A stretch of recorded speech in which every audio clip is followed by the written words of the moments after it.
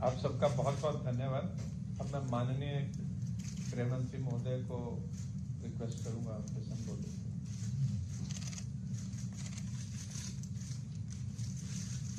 असम और पूरे उत्तर पूर्व के लिए, नॉर्थ ईस्ट के लिए आज का दिन बहुत महत्वपूर्ण दिन है। नरेंद्र मोदी जी के प्रधानमंत्री बनने के बाद उत्तर पूर्व को शांत और विकसित बनाने के लिए कई प्रकार के कार्यक्रम हाथ में लिए गए। इसमें सबसे बड़ा कार्यक्रम उत्तर पूर्व में शांति प्रस्तावित करना है। इसमें आज एक बड़ा मील का पत्थर हम पार कर कर आगे बढ़ रहे हैं। असम के आदिवासी समूह के लगभग 1100 के आसपास जवान हथियार छोड़कर मेन स्ट्रीम में आ रहे हैं। इस अवसर पर उपस्थित डॉक्टर हेमंत बिस्वा शर्मा जी, सम्माननीय मुख्यमंत्री असम श्री रामेश्वर तेली जी, केंद्रीय पेट्रोलियम और प्राकृतिक गैस के राज्य मंत्री श्री संजय किशन जी, मंत्री असम सरकार, पल्लव लोचन दास जी, लोकसभा के सांसद, श्री कामाख्या कासा, राज्यसभा के सांसद, अन्य उपस्थित सांसदगण, पूर्व सांसदगण, श्री अजय कुमार भल्ला जी, मुख्य सचिव असम सरकार, डीआईजी तपन कुमार डीका जी, श्री पीयूष गोयल जी, डीजीपी असम सरकार श्री भास्कर ज्योति जी, ए.के. मिश्रा जिनके दिन में नॉर्थ ईस्ट के सभी हथियारी ग्रुपों के साथ बातचीत करने का काम गृह मंत्रालय ने दिया है। और आज सबसे बड़ी स्वागत में मेरे सभी आदिवासी समूहों के भाइयों का हृदय से गृह मंत्रालय में आप सभी का स्वागत करता हूं, आप सभी का अभिनंदन करता हूं। मित्रों, आज जो ये कार्यक्रम है वो कार्यक्रम एक लंबे समय से 2014 से जो हमने प्रक्रिया प्रारंभ की है, नॉर्थ ईस्ट को शांत और समृद्ध बनाने की, वो प्रक्रिया का महत्वपूर्ण पड़ाव है। गृह मंत्रालय ने पूरे नॉर्थ ईस्ट को शांत और समृद्ध बनाने के लिए उत्तर पूर्व की अद्भुत संस्कृति का संवर्धन और विकास करने का फैसला लिया है। इसके साथ साथ सारे विवादों का समापन कर एक चिरकालिक हमेशा के लिए शांति उत्तर पूर्व में हो, नॉर्थ ईस्ट में हो, असम में हो, इसका भी रास्ता गृह मंत्रालय प्रशस्त करने का प्रयास कर रहा है। इसमें दो प्रकार की बाधाएं थी। कुछ संवादहीनता के कारण, अलग अलग हितों के टकराव से अनेक ट्राइब्स के ग्रुपों ने अपने अपने हाथ में हथियार उठा लिए और इसके कारण ग्रुप के बीच में, ग्रुप और राज्यों की पुलिस के बीच में, ग्रुप और केंद्र सरकार के सशस्त्र बलों के बीच में कई मुठभेड़ें हुई, हजारों लोग मारे गए, दोनों ओर से मारे गए, जनता भी मारी गई, पुलिस कर्मचारी भी मारे गए, सशस्त्र बलों के जवान भी मारे गए और हथियारी ग्रुपों के युवा भी मारे गए।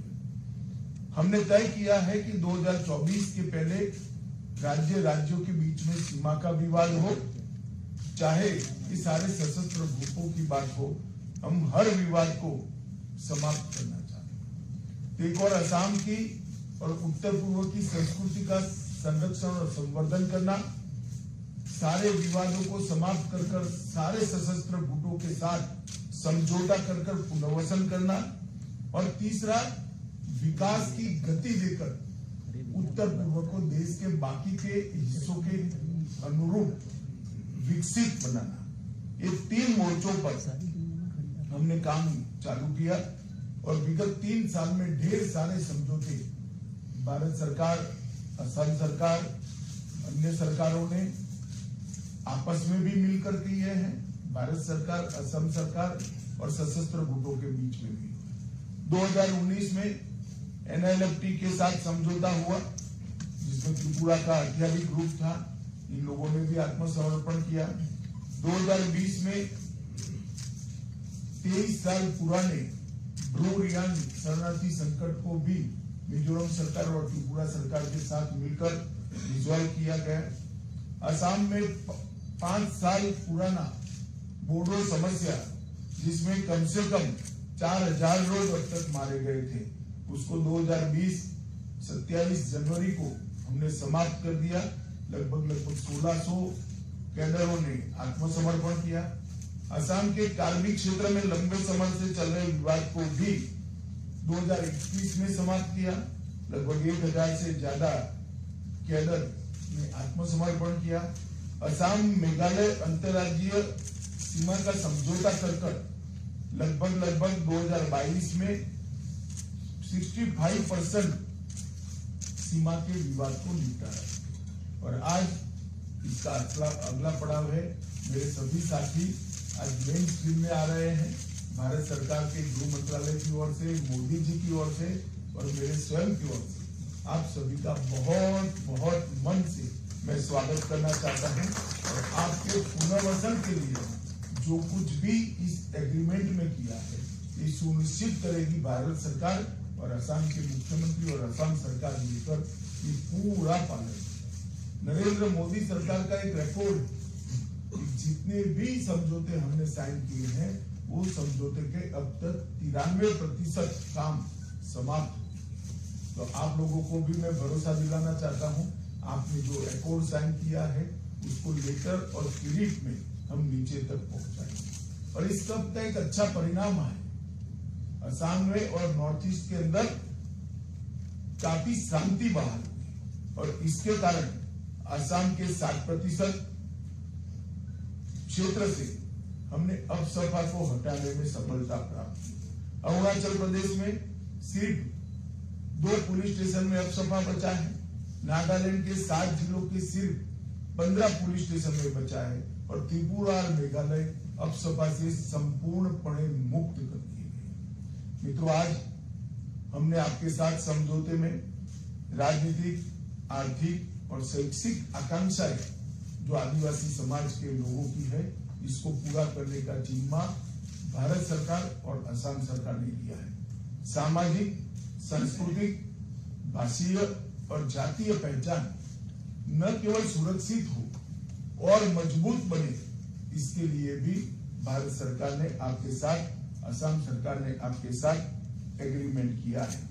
और चाय बागान और सारे गांवों के अंदर तुरंत ही त्वरित गति से केंद्रित विकास हो, इसके लिए भी वो दोनों सरकारें मिलकर हम प्रयास करेंगे। एक जनजातीय कल्याण और विकास परिषद की स्थापना भी असम सरकार करेगी और भारत सरकार चाय बागान श्रमिकों के कल्याण के लिए भी अनेक उपाय हाथ में लेगी। लगभग 1000 करोड़ रुपए का 5 साल का पैकेज एक क्षेत्र के विकास के लिए हमने जो तय किया है, 5 साल में उसको सुनिश्चित रूप से पूरा कर दिया जाएगा। मित्रों, इस अवसर पर मैं आप लोगों को कुछ आंकड़े जरूर बताना चाहता हूं कि घटनाएं जो पहले आतंकवाद से संबंधित घटनाएं जो नॉर्थ ईस्ट में 2014 में जब मोदी जी की सरकार आई थी, तब 824 होती थी सालाना, वो घटकर 158 हो गई। और जो जवान मारे जाते थे वो 181 मारे जाते थे, जिन्होंने हथियार हाथ में पकड़ा है वो अब 6 मारे जाते हैं। सिक्योरिटी फोर्सेस जो पहले हर साल 20 मारे जाते थे अब 2 मारे जाते हैं। सिविलियन पहले 212 मारे जाते थे अब सिर्फ 6 मारे गए हैं। और सरेंडर ग्रुपों की संख्या लगभग 10,000 पार कर गई। 10,000 युवा मेन स्ट्रीम में आए हैं, ये बहुत बड़ी बात है। और लगभग 7,000 से ज्यादा हथियारों को भी सरेंडर किया गया है। ये बहुत बड़ी उपलब्धि नॉर्थ ईस्ट के विकास के लिए।